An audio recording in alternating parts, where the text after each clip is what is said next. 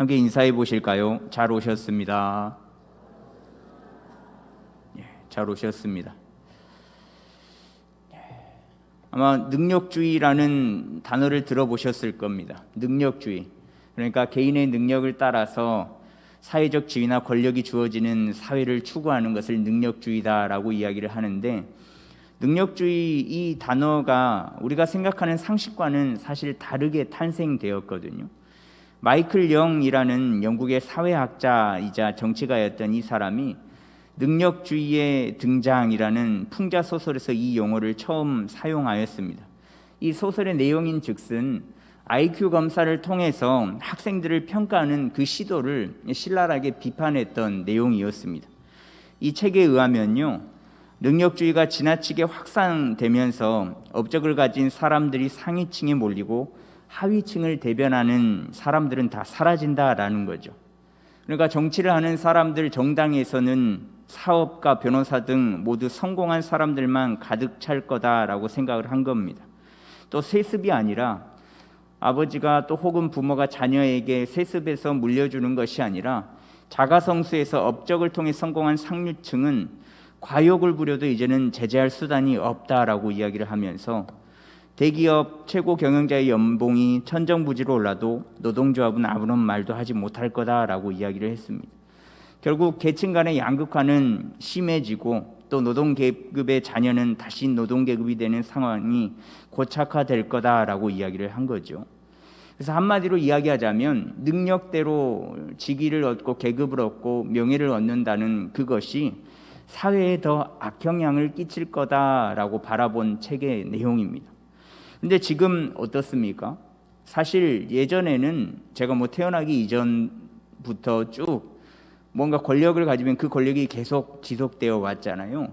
근데 지금 이 시대를 살아가며 시대를 둘러보면 시간이 흐르면 흐를수록 이 마이클 영의 의도와는 조금 다른 방향으로 세상이 흘러가는 것처럼 보입니다. 오늘날의 능력주의는 개인의 능력까지도 알아봐 주지 않습니까? 부모가 무언가를 잘하고 또 부모가 물려주어서 그것을 쭉 가지고 가는 것만이 아니라 부모의 모든 것을 물려받지 않아도 개인이 잘하고 개인의 능력이 있으면 그 잘하는 또 뛰어난 그 능력을 알아봐주는 사회가 되었다라는 거지요. 균등한 기회가 이제는 진정한 능력주의를 이끌고 누구나 능력을 가지면 성공할 수 있다라는 기대감을 가지고 살아가는 사회가 더욱 돼가고 있는 것 같습니다. 한국직업능력개발원에서 능력 중심의 사회에 대한 대국민 인식조사를 했었는데요. 국민의 59.8%가 능력 중심 사회에서 능력을 가장 잘 나타내는 지표로 현장 실무 능력을 꼽았습니다. 그러니까 다른 어떤 것보다 실질적으로 현장에 투입돼서 일하는 능력, 일을 얼마나 소화해내고 함께 일을 잘 해나가는 그 능력을 가장 큰 능력으로 뽑았거든요. 그 다음으로는 인성, 스펙, 학벌, 창의력, 학력 순이었는데, 이 능력 중심 사회가 되면 평가와 선발이 공정해지고 정의로운 사회가 될 거다라고 36.9%의 국민이 기대를 하였습니다. 생각보다 많은 사람들이 현장 실무 능력이 있으면 그것이 진짜 능력이라고 생각하는데, 점점 좋아지고는 있지만 실제 이 사회를 들여다보면 꼭 그렇지만은 않은 것 같습니다. 전부 다 자신의 능력으로 인하여서 일을 해가고 꿈을 꾸고 계획을 하고 또 실천해 가면서 살아가면 좋겠지만 그렇지 않은 분들도 있다라는 거죠. 아직도 학벌과 스펙을 중요시 여기는 사회의 모습이 두드러지게 나타나고 있습니다. 어느 고등학교를 나와 어느 대학을 가고 또 그 대학을 나오면 석사 과정은 이 대학에서 하고 또 박사는 이렇게 하고 인턴십은 어디에서 하고, 그러니까 정해진 루트, 정해진 길이 있는데 그 길을 쭉 나와야지만 성공한 인생을, 성공한 직업을 가질 수 있다, 이런 방법들. 근데 이것을 능력으로 생각하는 이들이 굉장히 많습니다. 그런데 한번 자세히 생각해 보십시오. 과연 이러한 방법들이 진짜 능력일까요? 이것을 다 갖추면 능력이 사람이 되는 걸까요? 학벌과 스펙만 있으면은 실무 능력과 인성, 창의력 등등의 국민들이 손꼽았던 그런 부분들은 철저하게 무시돼도 되는 걸까요? 그런데 이런 모습들이 사라지지는 않고 지속적으로 쭉 진행되고 지속되다 보니까 우리가 피로 사회를 살아갈 수밖에 없는 것 같습니다. 그렇다면 우리는 과연 무엇을 능력으로 삼고 살아가야 할 것인가? 우리가 세상 사람들은 아직도 스펙과 학벌, 학연, 지연 모든 것을 끌어다가 자신의 능력이라고 이야기를 많이들 하는데 예수님을 믿는 그리스도인들은 무엇을 능력으로 생각하고 살아가야만 하는가? 그 정답으로 오늘 말씀을 통해 돌아봤으면 좋겠습니다. 오늘 말씀은요, 모세의 장인 이드로가 광야에서 생활하고 있는 이 모세에게 다가간 그 이야기를 하는 그 단락 중에 한 단락인데요. 출애굽 이후에 광야에서 살아가면서 나타난 모세의 모습인데 다가갔더니 모세는 아침부터 저녁까지 이스라엘 백성들의 고충을 쭉 듣고 있는 모습을 보여주었습니다. 하루 종일 백성들이 모세의 곁을 떠나지 않고 이런 얘기 저런 얘기하면서 이 일 저 일 이야기를 하면서 하루 종일 그 고충을 들어주는 모습이었죠. 근데 그도 그럴 것이 이스라엘 백성들은 출애굽하면서 모세 한 사람을 의존했지요. 절대 빠져나올 수 없었을 것 같던 애굽. 그런데 기적적으로 출애굽시켜준 그때 당시의 지도자, 홍해를 갈랐던 그 지도자, 바벨론 군병들이 바로 뒤까지 쫓아왔음에도 불구하고 모든 이스라엘 백성들을 잘 인도해낸 지도자. 그러니까 어떤 작은 상담을 해도 이 지도자인 모세에게 다 고충을 이야기를 한다는 것이죠. 작고 소소한 일들부터 큰 일들까지 이스라엘 백성들은 틈만 나면 모세에게 다가가서 자신의 고충을 이야기를 한 겁니다. 이 모습을 본 장인 이드로는 굉장히 기가 찰 노릇이죠. 그래서 14절 말씀에 보시면요, 모세의 장인이 모세가 백성에게 행하는 모든 일을 보고 이르되 내가 이 백성에게 행하는 이 일이 어찌 됨이냐라고 이야기를 합니다.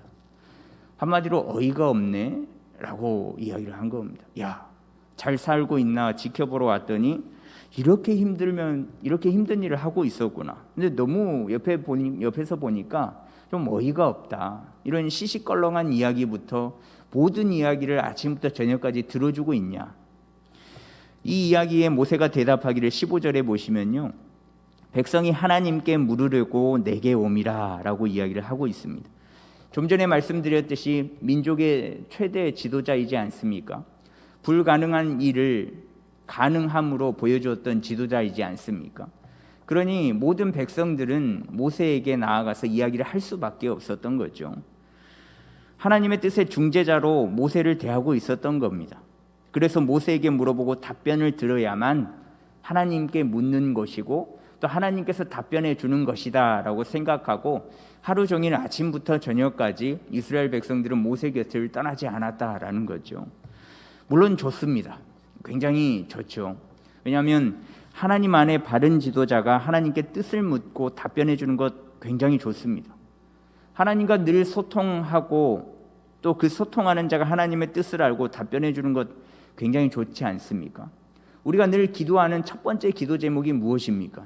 주님의 뜻을 알게 하여 주십시오. 주님의 뜻을 알려주십시오. 제가 그대로 하겠습니다. 늘 주님의 뜻을 간구하지 않습니까? 그렇게 주님의 뜻을 간구하는 이유는 저희들이 주님의 뜻을 잘 알지 못하기 때문에 그렇습니다. 그런데 모세에게 물어본다는 것은 그 알지 못하는 주님의 뜻을 정확하게 알려주는 것이니까 사람들은 당연히 자연스럽게 모세에게 아침부터 저녁까지 이야기를 하는 것이죠. 굉장히 좋습니다. 우리도 그래야 하죠. 그런데 정도껏 해야 되지 않겠습니까? 모세는 단 한 명입니다. 단 한 명이 이 수많은 사람들을 어떻게 감당하겠습니까? 단 10명이라도 하루에 10명이라도 상담을 해보면 굉장히 진이 빠지고 굉장히 어렵고 힘이 듭니다. 그런데 아침부터 저녁까지 누군가를 만나고 계속적으로 이야기를 들어주고 또 조언을 해준다. 날마다 살이 빠질 것 같습니다. 그러니까 이 모습을 본 이드로가 말한 거죠. 야, 너 그러다가 쓰러질 수 있다. 물론 너가 해주는 것이 좋은 방법이긴 한데 너에겐 너무 큰 일이다. 너 혼자 할 수 없는 일이다. 그러니까 내가 좋은 방법을 알려줄게 라고 이야기를 합니다. 그 좋은 방법은 이겁니다. 오늘 읽은 본문 말씀 중에 있는데요, 먼저는 문제를 들고 나오는 그 백성들에게 하나님의 율례와 법도를 가르치는 겁니다. 모세에게는 상식적인 것일 수 있습니다. 왜냐하면 모세는 하나님과 대면한 자, 또 시내산에서 직접 하나님의 십계명을 받지 않았습니까? 모세에게는 당연한 상식적인 내용이 될 수 있겠지만 이스라엘 백성들에게는 정말 어려운 율례와 법도일 수 있거든요. 그러니까 어떤 문제를 가지고 나오면 거기에 대한 율례와 법도를 알려주고 스스로 판단하고 스스로 하나님의 뜻을 묻고 해결할 수 있게끔 그렇게 돕는 것이었습니다. 그러나 이렇게 할 수 있는 사람이 몇이나 되겠습니까? 알고 있어도 하지 못할 수도 있고 또 시간이 흘러서 잊어버릴 수도 있고 할 수 있는 사람보다는 아마 못할 사람이 굉장히 많을 겁니다. 그리고 또 연령대마다 다르겠죠. 젊은 이들은 물론 잘 알아듣고 이해하고 자기가 스스로 판단해서 하나님의 뜻을 묻고 일을 해결해 나갈 수 있겠지만 연령대가 조금 있는 분들은 이해하는 것 자체가 좀 어려울 수 있으니 잘 안 될 수도 있다라는 거죠. 그래서 이드로가 덧붙여 이야기하기를 오늘 말씀 21절에서 22절 말씀에 보면 너는 또 온 백성 가운데서 능력 있는 사람들 곧 하나님을 두려워하며 진실하며 불의한 이익을 미워하는 자를 살펴서 백성 위에 세워 천부장과 백부장과 50부장과 10부장을 삼아 그들이 때를 따라 백성을 재판하게 하라. 큰 일은 모두 내게 가져갈 것이요 작은 일은 모두 그들이 스스로 재판할 것이니 그리하면 그들이 너와 함께 담당할 것인즉 일이 내게 쉬우리라 라고 덧붙여서 이야기를 합니다. 그러니까 너가 하는 일을 능력 있는 사람들을 세워가지고 그 일을 분산시키면 어떨까? 함께해서 합심해서 일을 나눠서 하면 어떨까라고 이야기를 한 겁니다. 그러면 능력 있는 사람들을 세우라고 하는데 능력 있는 사람들이 과연 누구일까? 이 능력 있는 사람이라는 호칭은 이스라엘 백성들에게도 적용되는 호칭 말씀이지만 현 시대를 살아가고 있는 우리에게도 또 하나님을 믿는 하나님의 자녀인 우리에게도 동일하게 적용되는 말씀입니다. 먼저 능력 있는 사람은 하나님을 두려워하며 라고 나오죠. 하나님을 두려워하는 사람이 능력 있는 사람입니다. 이 두려워하는 이라는 단어가 우리말 성경에는요 경외하는 이라고 번역되어 있습니다. 원문의 뜻에서도 그렇고요. 그러니까 하나님을 경외하는 것, 하나님을 두려워하면서 공경하는 사람임을 말해주고 있습니다. 하나님을 무서워하는 것과 경외하는 것은 다른 겁니다. 무서워하는 것은 무서워하는 것에서 그냥 끝나는 거거든요. 그냥 무서운 대상이 왔을 때 무서워라고 하는 것이 무서운 거고 경외하다라는 것은 무섭지만 존경하는 것이 경외하다라는 겁니다. 무서움은 무섭기 때문에 하는 것은 자발적인 모습이 아니기 때문에 무서움에서 끝나기 때문에 경외하다라는 것과 무서운 것은 전혀 다른 뜻입니다. 예를 들어보면 우리가 아버지를 생각하면 조금 무섭잖아요. 물론 아버지가 늘 좋은 존재임에도 불구하고 아버지의 그 좀 무뚝뚝함, 늘 커 보이는 분, 무서워하면서도 아버지를 닮고 싶다라는 마음이 한켠에는 있지 않습니까? 예를 들면 이런 것과 같은 거죠. 하나님을 경외하는 것, 아버지를 바라면서 무섭지만서도 존경하고 뭔가 닮아가고 싶고 그렇게 살아가고 싶고 하나님을 경외한다는 것이 그와 비슷한 겁니다. 무서워하면서도 경외할 수 없는 분, 그 하나님을 두려워하는 자가 능력 있는 사람이다라고 알려주고 있는 것이죠. 하나님을 두려워하는 사람이야말로 백성들을 하나님 앞에서 동일하게 동등하게 대우할 수 있다라는 것입니다. 그러니 하나님을 두려워하는 사람은 능력 있는 사람이죠. 비단 이 말씀이 이스라엘 백성들에게만 적용되는 말씀은 아닙니다. 우리에게도 동일하게 적용되는 말씀이죠. 하나님을 두려워하는 것, 곧 하나님을 경외하는 것, 하나님을 아는 것은 우리의 능력임을 반드시 기억해야만 합니다. 하나님을 두려워하지 않으면요, 갈 바를 알지 못하기 때문에 그렇습니다. 저와 여러분도 하나님을 두려워하면서도 또 공경하는 마음을 가져 경외함으로 능력 있는 자가 되기를 소망합니다. 또 능력 있는 사람은요, 본문에서 진실하며라고 나옵니다. 진실한 사람이 바로 능력 있는 사람입니다. 교직에 40년 동안 계셨고 퇴직 후에도 교육을 힘쓰며 또 시인으로 활동하는 김용택 선생님은 진실한 사람을 이렇게 표현을 했는데요. 진실한 사람은 주위나 환경을 보지 않고 누가 뭐라 해도 자기 철학을 가지고 소신껏 살아가는 사람이다. 진실한 사람은 사회에서 소외되기도 하고 늘 외롭게 살아가게 마련이다. 진실한 사람은 소외되고 외롭게 사는 한이 있더라도 세상과 타협하지 않고 자기의 성품이 법이 되어 좌로나 우로나 치우치지 않으며 목숨을 버릴지라도 자기의 소신을 굽히지 않고 지켜나가는 사람이다. 얼마나 멋있습니까? 전남 출신입니다. 한마디로 뚝심과 소심을 가진 사람이 진실한 사람이다라는 거죠. 또 진실은 거짓이 없는 사실을 의미합니다. 거짓이 없는 사실말을 말하면서 순수하고 바른 사람이 진실한 사람이다라는 거죠. 사회에서 소외되고 외롭게 살아갈지라도 비록 자신의 삶이 굉장히 외롭고 혼자 가는 길인 것 같을지라도 세상과 타협하지 않는 사람, 바로 이 사람이 진실한 사람임을 나타내고 있습니다. 누구 앞에서요? 하나님 앞에서 말입니다. 하나님 앞에서 진실한 사람이 능력 있는 사람입니다. 하나님 앞에서 거짓이 없는 사람이 능력 있는 사람입니다. 하나님이 소신이 되어 그 소신을 지켜나가는 사람이 진실한 사람, 곧 능력의 사람이라는 겁니다. 하나님 앞에서 진실한 자가 되어서 능력 있는 사람이 되었으면 좋겠습니다. 저와 여러분들이 오직 하나님이 소신이 되어 하나님으로 인해 능력 있는 자가 되기를 소망합니다.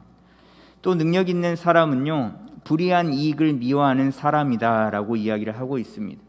이 불의한 이익을 원어에서는 약탈하다, 부정직한 소득이라고 표현을 하고 있는데, 하나님 앞에서 남의 것을 약탈한 것과 같이 부정직한 방법을 멀리하는 사람이 바로 능력 있는 사람이다라고 풀이할 수 있습니다. 약탈은 그냥 뺏는 게 아니거든요. 그냥 가진 사람 것을 뺏는 것이 아니라 폭력을 써서 빼앗는 것이 약탈입니다. 억지로 폭력을 써서 빼앗는 것이 약탈인데 불의한 이익을 취하는 것이 이 약탈과 같다라는 말씀인 겁니다. 그렇게 생각해 보신 적이 있으십니까?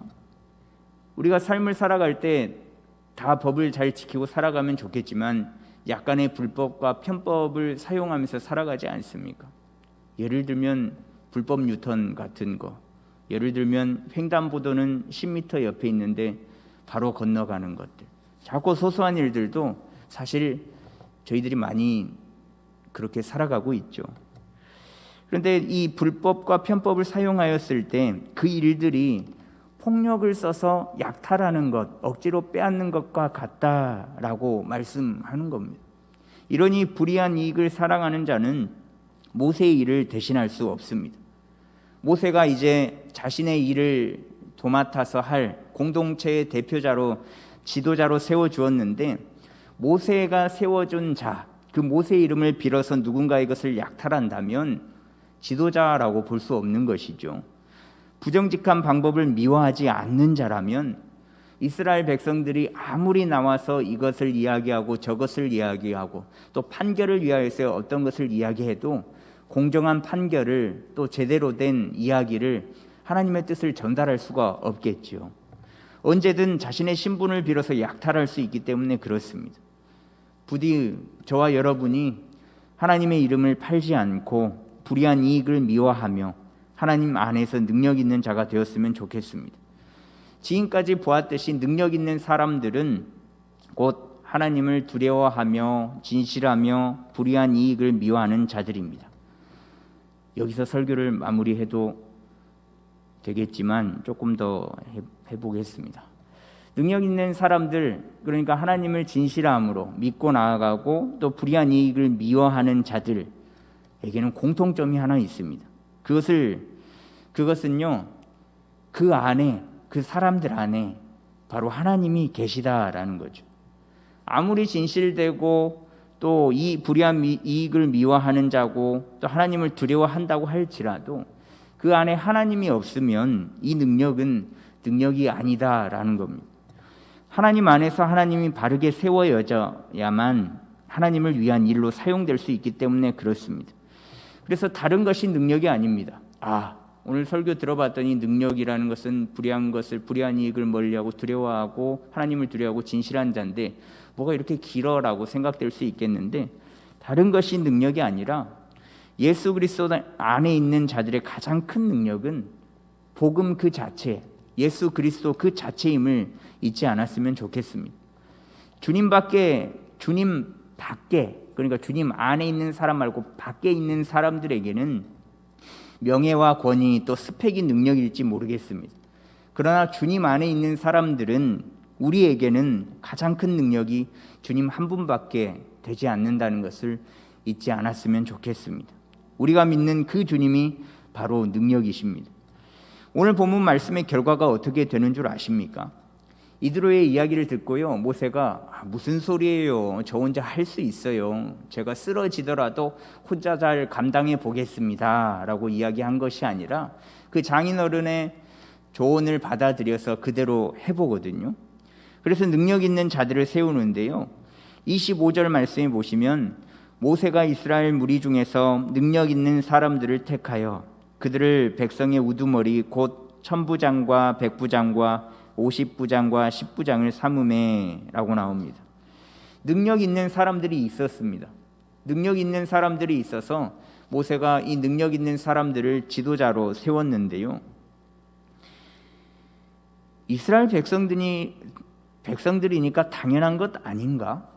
하나님께서 택한 선민 사상을 가지고 살아가는 사람들인데 당연히 능력 있는 사람들이지 않겠는가? 라고 생각을 하신다면 오산입니다.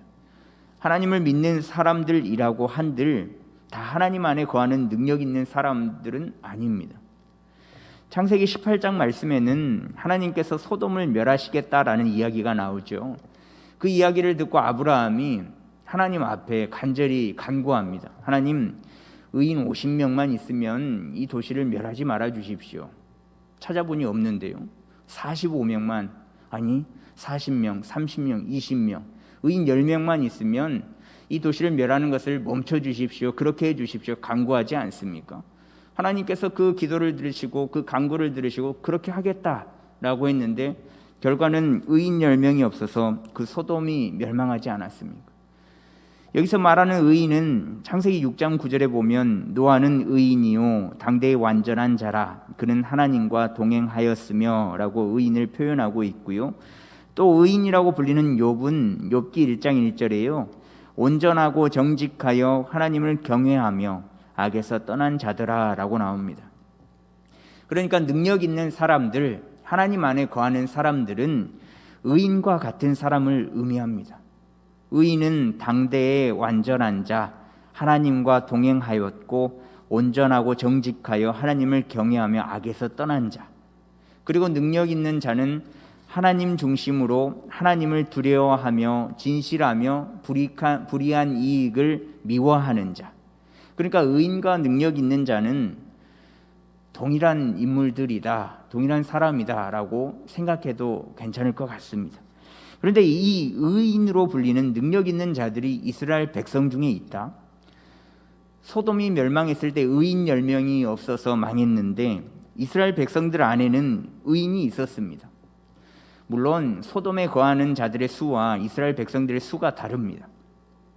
한 도시의 인구수와 한 나라의 백성들의 인구수는 누가 봐도 다르겠죠. 당시 소돔이 멸망했을 때 많은 학자들이 소돔의 인구는 약 1000명 정도 될 거다라고 이야기를 합니다.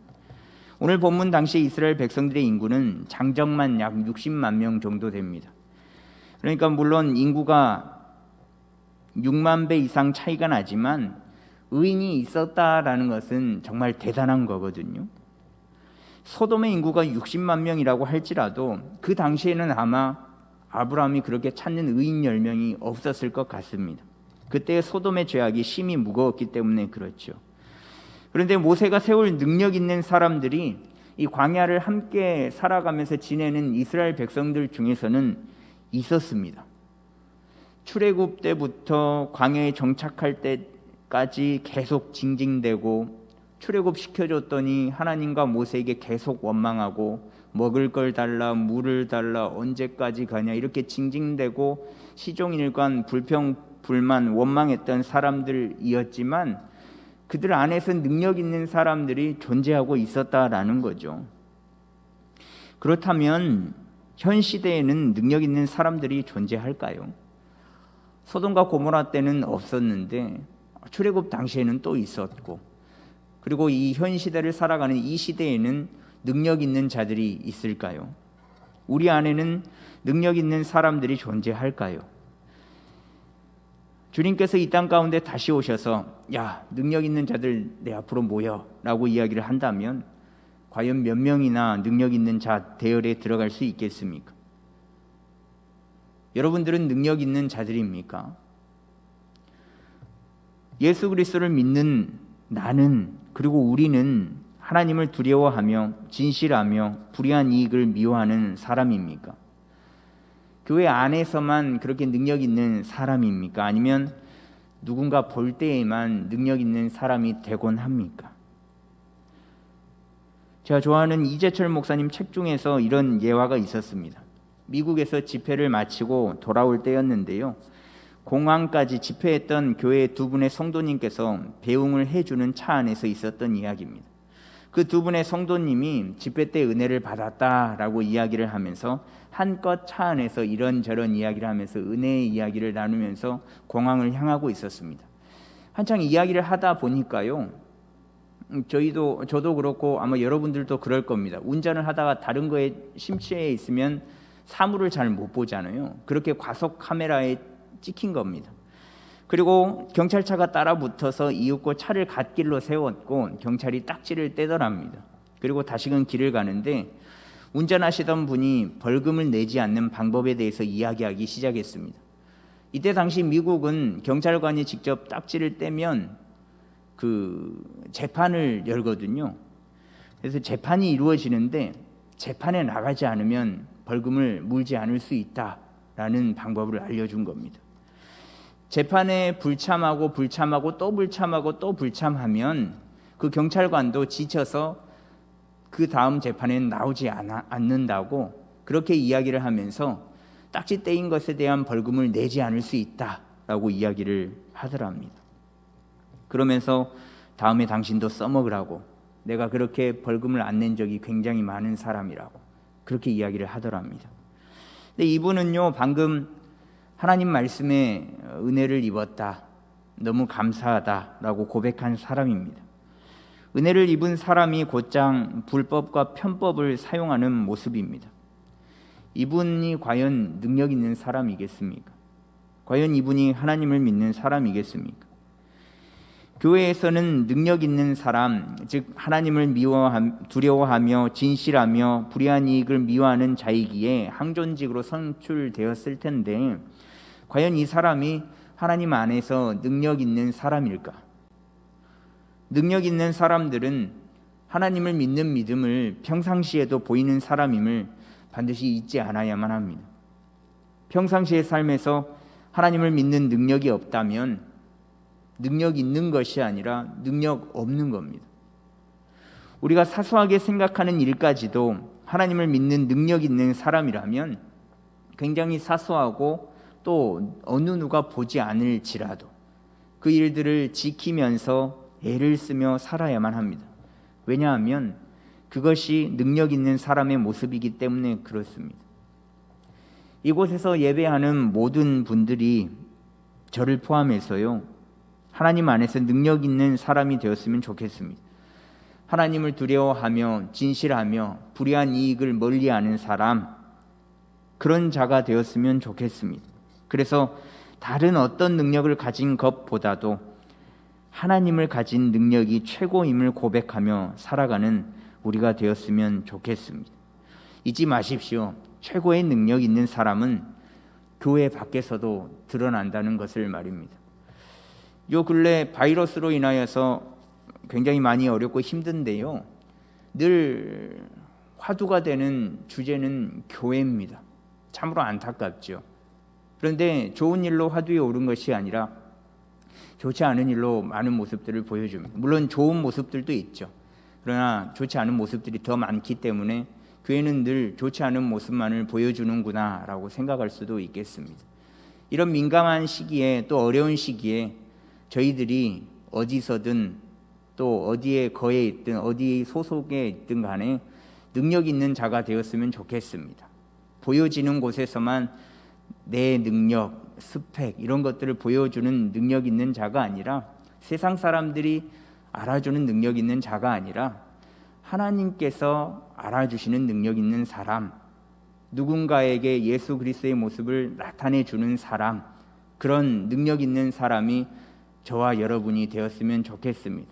그래서 이 어렵고 힘든 때에 누군가에게 위로의 사람이 되고, 또 누군가에게 정을 나눠주는 사람이 되고, 누군가의 마음을 평안하게 해주는 그런 하나님의 능력을 가진 사람이 되기를 간절히 소망합니다. 우리의 작은 삶 하나하나까지도 큰 능력이 될 수 있음을 기억하면서 날마다 예수 그리스도와, 능력이신 예수 그리스도와 동행하는 삶을 살아가는 우리 모두의 삶이 되기를 소망합니다.